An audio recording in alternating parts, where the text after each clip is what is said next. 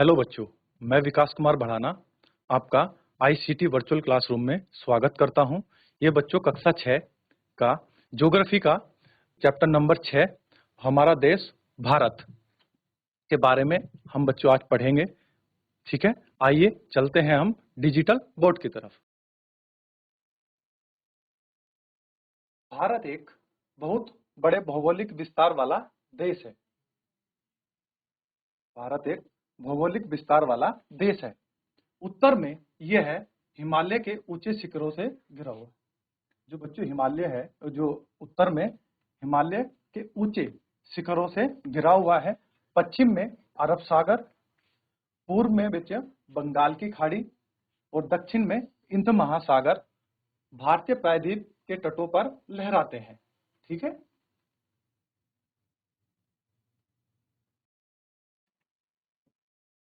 ये क्या है बच्चों? ये पूर्व दिशा है।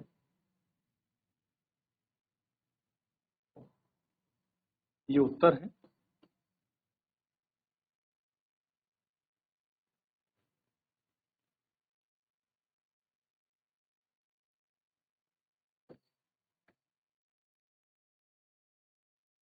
ये पश्चिम दिशा है। तो क्या है बच्चों कि जो हमारा उत्तर में क्या है बच्चों? हिमालय है।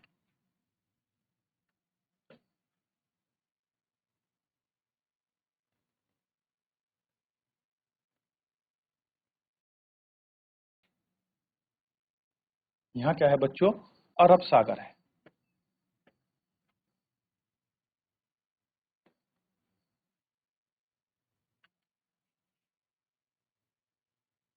और इधर क्या है बच्चों? बंगाल की खाड़ी है।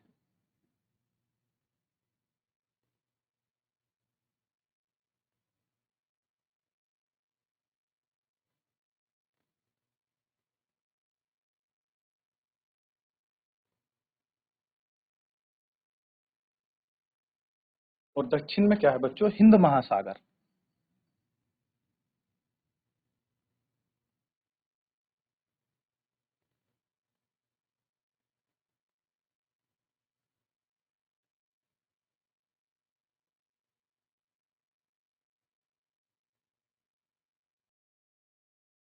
हमारा भारत देश है बच्चों, उसके उत्तर में क्या है बच्चों? हिमालय पर्वत है। और अरब में पश्चिम में अरब सागर है। और पूर्व में क्या है बच्चों? बंगाल की खाड़ी है। और दक्षिण में हिंद महासागर है। ठीक है,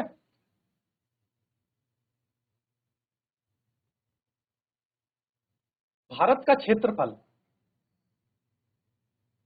32.8 लाख वर्ग किलोमीटर है। यानी इसको कंप्लीट लिखते हैं तो बच्चे 32,87,200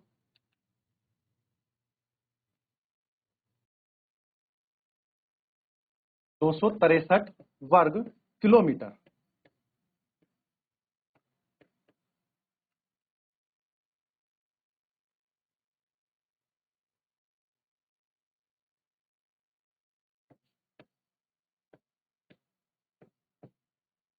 वर्ग किमी।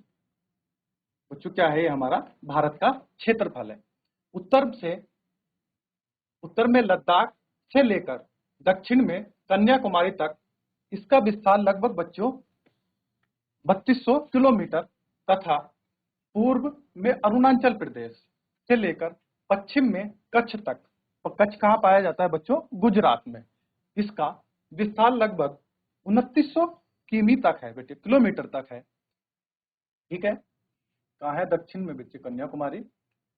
चलिए बच्चों, इसको मैं आपको डायग्राम से समझाता हूँ। आप बच्चों पहले डायग्राम को नोट डाउन करेंगे।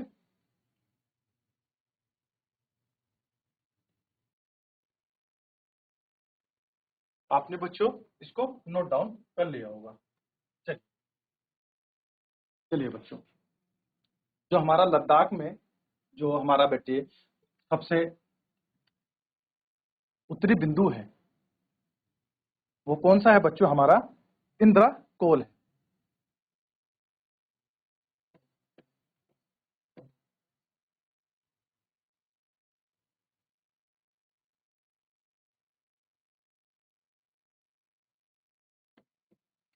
ठीक है,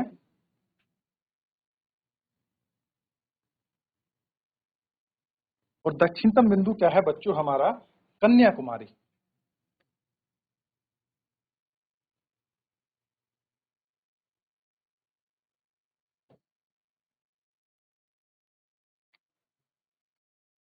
तो बच्चों इसकी लगभग जो यहां से यहां तक का जो बच्चे लगभग कितना किलोमीटर का है बच्चों, 3200 किलोमीटर की क्या है बच्चों ये दूरी है। यानी हमारा जो इंदिरा पॉइंट है, जो हमारा कन्या को जो लद्दाख में पाया जाता है बच्चों, और जो दक्षिणतम बिंदु कन्याकुमारी जो हमारा तमिलनाडु में स्थित है बच्चों, हमारा लद्दाख से और कन्याकुमारी तक जो हमारी दूरी है वो बच्चों कितनी है, 3200 किलोमीटर है। ठीक है, ऐसी हमारा क्या है बच्चों, पश्चिम में कच्छ, यानी कच्छ जो है हमारा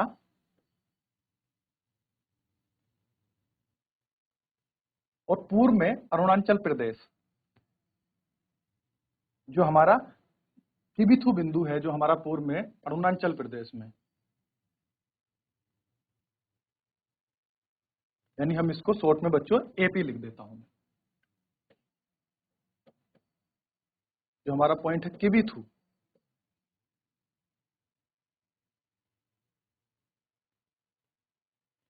तो बच्चों यहां से यहां तक कितना है, हमारी दूरी कितनी है बच्चों, 2900 किलोमीटर। ठीक है, ये आई होप आपको समझ आया होगा बच्चों। ठीक है,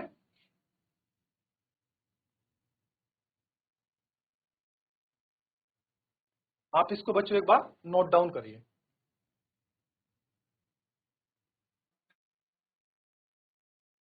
बच्चों आपने इसको नोट डाउन कर लिया होगा। ठीक है, चलिए आगे चलते हैं। तो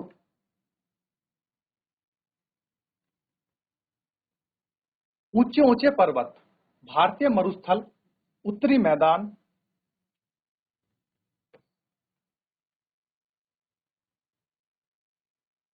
असमान पठारी सतह, तटीय भाग एवं द्वीप समूह स्थल रूपों की भिन्नता को दर्शाते हैं। ये क्या करते हैं बच्चों, जो हमारे असमान पठारी क्षेत्र हैं, सतह हैं, तटीय भाग हैं, उत्तरी मैदान है, द्वीप समूह, उनकी क्या है बच्चों भिन्नताओं को दर्शाते हैं।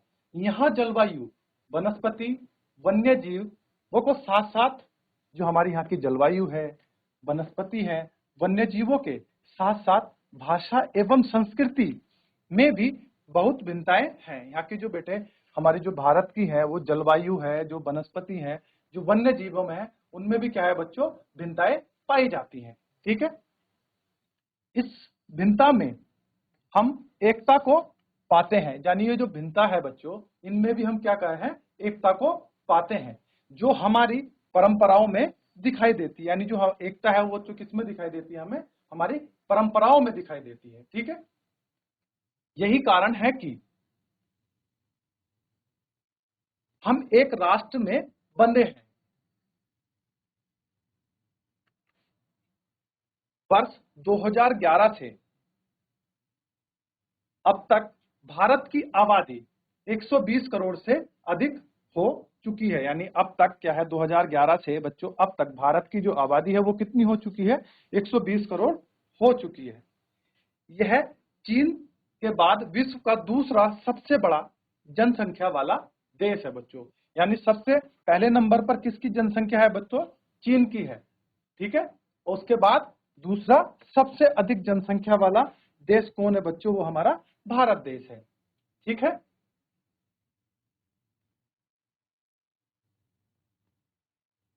अब बच्चों हम भारत की स्थिति के बारे में बात करते हैं। चलिए, भारतीय जो भारत है उत्तरी गोलार्ध में स्थित कर्क रेखा 23.5 डिग्री देश के लगभग मध्य भाग से होकर गुजरती है। ठीक है, चलिए बच्चों मैं इसको आप एक डायग्राम बना के आपको समझाता हूं।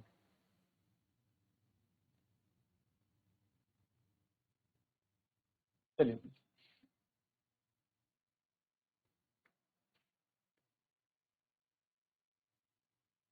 ये क्या है बच्चों, हमारी पृथ्वी है। ठीक है, ये क्या है बच्चों, 0 डिग्री, ये 23.5 डिग्री बच्चों।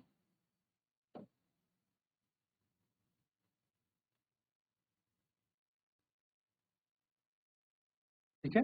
तो ये जो बच्चे पृथ्वी है, ये 0 डिग्री क्या करती है, इसको क्या बोलते हैं हम बेटे, भूमध्य रेखा।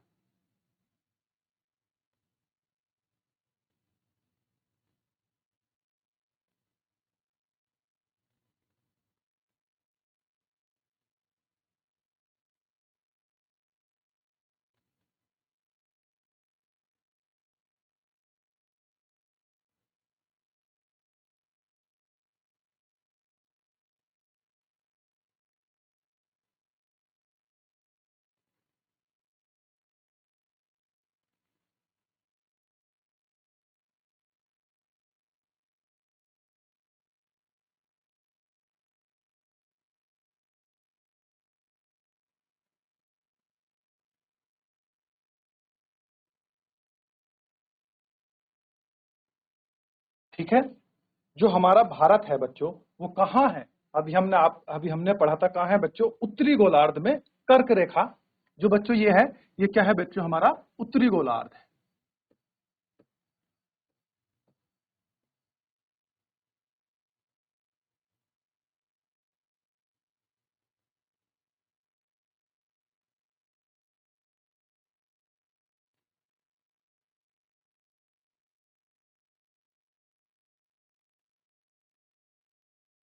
ठीक है, ये क्या है, उत्तरी गोलार्ध है। तो जो इंडिया है बच्चों, वो कहाँ है, कहाँ?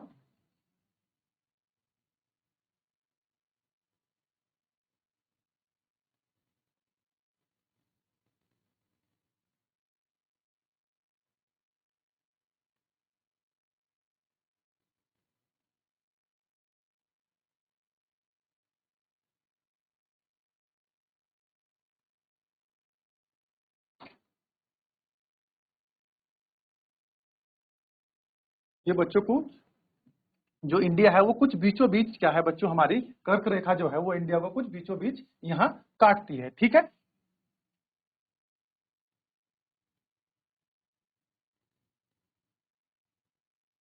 जो इंडिया है बच्चों वो हमारा यहाँ है, और ये बीचों बीच से, इंडिया के बीचों बीच से गुजरती है। ठीक है, कर्क रेखा। चलिए अब आगे बढ़ते हैं।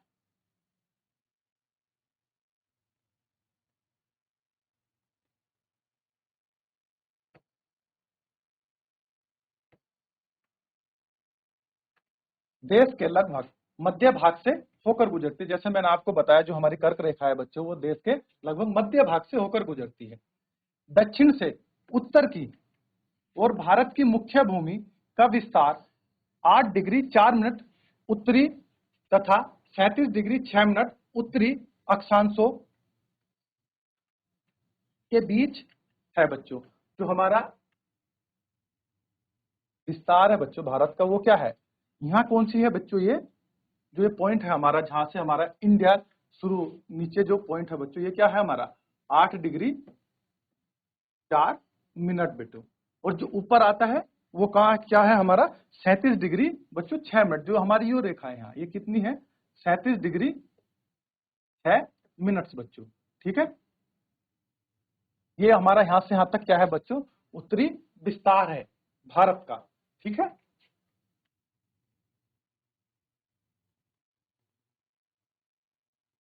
पश्चिम से लेकर पूर्व तक भारत का विस्तार 68 डिग्री 7 मिनट पूर्वी देशांतर तथा 97 डिग्री 25 मिनट पूर्वी देशांतर के बीच स्थित है बच्चों, यानी बीच में है। यानी कैसे, चलिए समझा। ठीक है, पहले बच्चों आप इसको नोट डाउन करें। चलो बच्चों, आपने इसको नोट डाउन कर लिया होगा। अब जो बच्चे, जो देशांतर रेखाएं हैं, वो हमारी कुछ इस तरीके से खींची जाती हैं।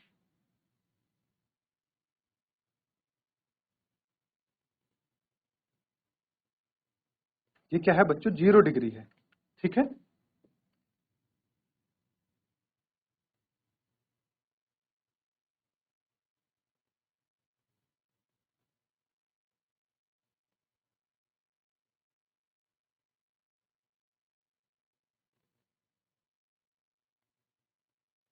ये क्या है बच्चों, उत्तरी ध्रुव है हमारा।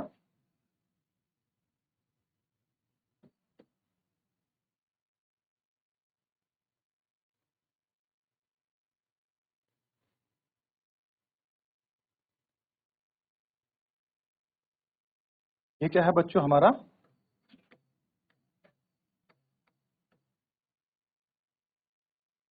दक्षिणी ध्रुव है। ठीक है, जो हमारी देशांतर रेखाएं होती हैं बच्चों वो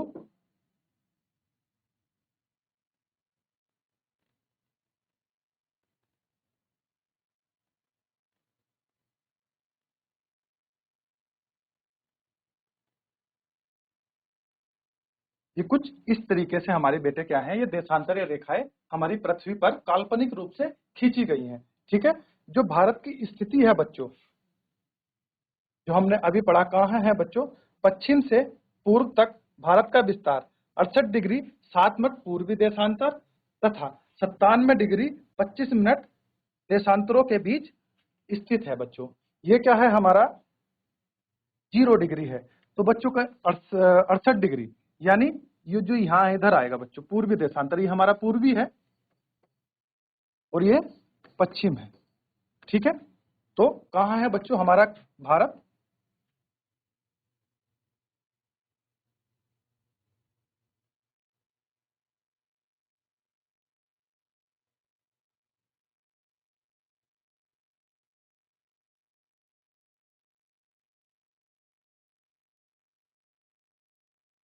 ये बच्चों रेखाएं हैं। तो ये यहाँ मान लीजिए कि 60 डिग्री क्या है एक रेखा है और दूसरी क्या है बच्चों ये 97 रेखा है, 97 डिग्री। तो इन दोनों के मध्य बच्चों का है यहाँ कहीं हमारा भारत क्या है बच्चों स्थित है। समझे आप? चलो आगे शुरू करते हैं। अगर हम विश्व को पूर्वी एवं पश्चिमी गोलार्ध में बांटते हैं तो यदि हम पूरे विश्व को ही बच्चों जो पूरी पृथ्वी है हम उसको पूर्वी और पश्चिमी गोलार्ध में बांटें तो भारत की स्थिति किस गोलार्ध में होगी बच्चों? अभी मैंने बताया था आपको, जब बताया था कि पूर्वी देशांतर। ठीक है, तो बहुत बड़े देशांतर से विस्तार लगभग 29 डिग्री के कारण यह दो छोरों पर स्थित स्थानों के स्थानीय समय में बहुत अधिक अंतर हो सकता है। इस तरह की दूरी पर स्थित दो स्थानों के बीच समय का अंतर, जो बच्चे जो समय का अंतर लगभग दो घंटे का होगा, जैसा कि आपने पहले पढ़ चुके हैं बच्चे या पहले पढ़ा है। अब मैं आइए इसको आपको समझाता हूं बच्चों। जैसे मैंने आपको बताई थी कि जो ये जो बेटे जो देशांतरीय हमारी रेखाएं हैं, इन दो देशांतरीय रेखाओं के मध्य जो दो देशांतरीय रेखाएं बच्चे इनके मध्य कितने का 2 घंटे का बच्चों क्या हो सकता है, समय का गैप हो सकता है या अंतराल हो सकता है। ठीक है,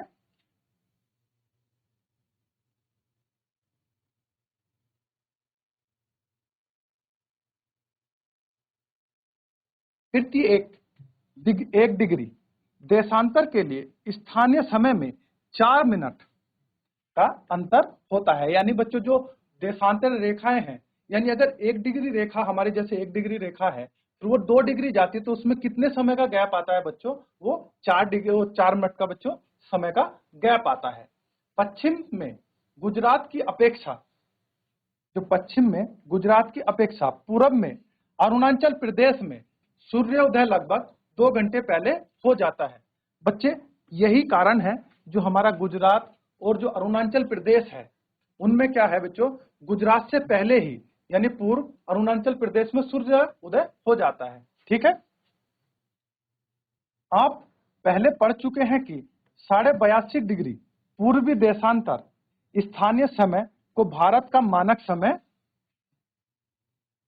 क्यों माना गया है। इस यमनोत्तर को भारत का मानक यमनोत्तर भी कहा जाता है। ठीक है,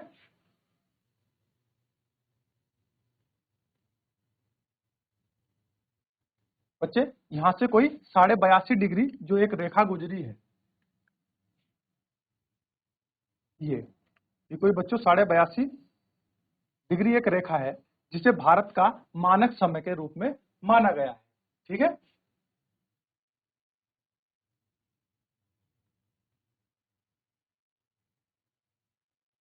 कितने कितनी बच्चों, 82.5 पूर्वी देशांतर, यानी ये हमारा पूर्वी क्षेत्र है और ये देशांतरीय भाग है बच्चों, ठीक है।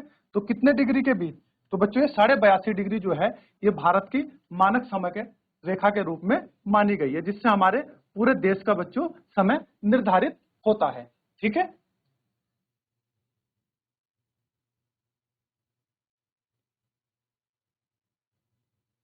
अब जैसे बच्चों ये 2 घंटे का जो समय गैप है, आइए मैं इसके बारे में आपको कुछ बताता हूं।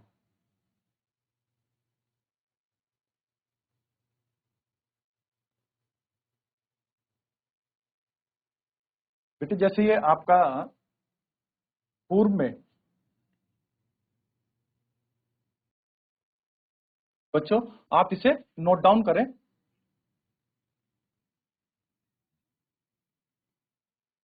बच्चों आपने ये नोट डाउन कर लिया होगा, ठीक है।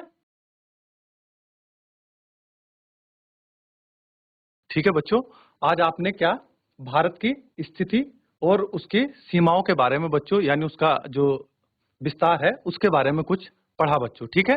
कल आप ऐसा करेंगे बच्चों, 3 मैप ले लेंगे भारत के। कल मैं आपको भारत के पड़ोसी देश पढ़ाऊंगा, तो आप उसमें मैप में हाथों हाथ उन चीजों को नोट करते हुए चलेंगे, ठीक है बच्चों। तो कल क्या है बच्चों, आप एक मैप लेके आएंगे इंडिया का, किसी भी बुक सेलर से बच्चों उसको आप ले लेना, या आप अपनी कॉपी पर स्वयं बना सकते हैं, ठीक है। आई होप बच्चों आपको आज का लेक्चर समझ आया होगा, ठीक है। धन्यवाद बच्चों, मिलते हैं नेक्स्ट क्लास में।